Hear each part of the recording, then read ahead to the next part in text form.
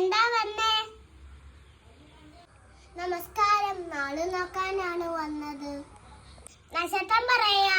നക്ഷത്രം പറയുവല്ലോ ചെയ്യുന്നേ. ക്രിസ്മസിന് തൂക്കിയിടുവല്ലേ ചെയ്യുന്നേ.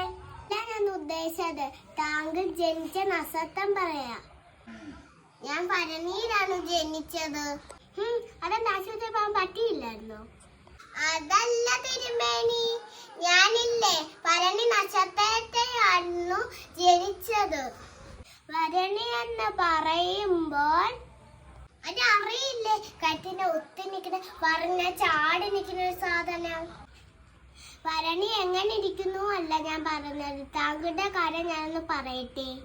പറഞ്ഞോളൂ തിരുമേനി, ഞാനൊന്ന് നോക്കട്ടെ.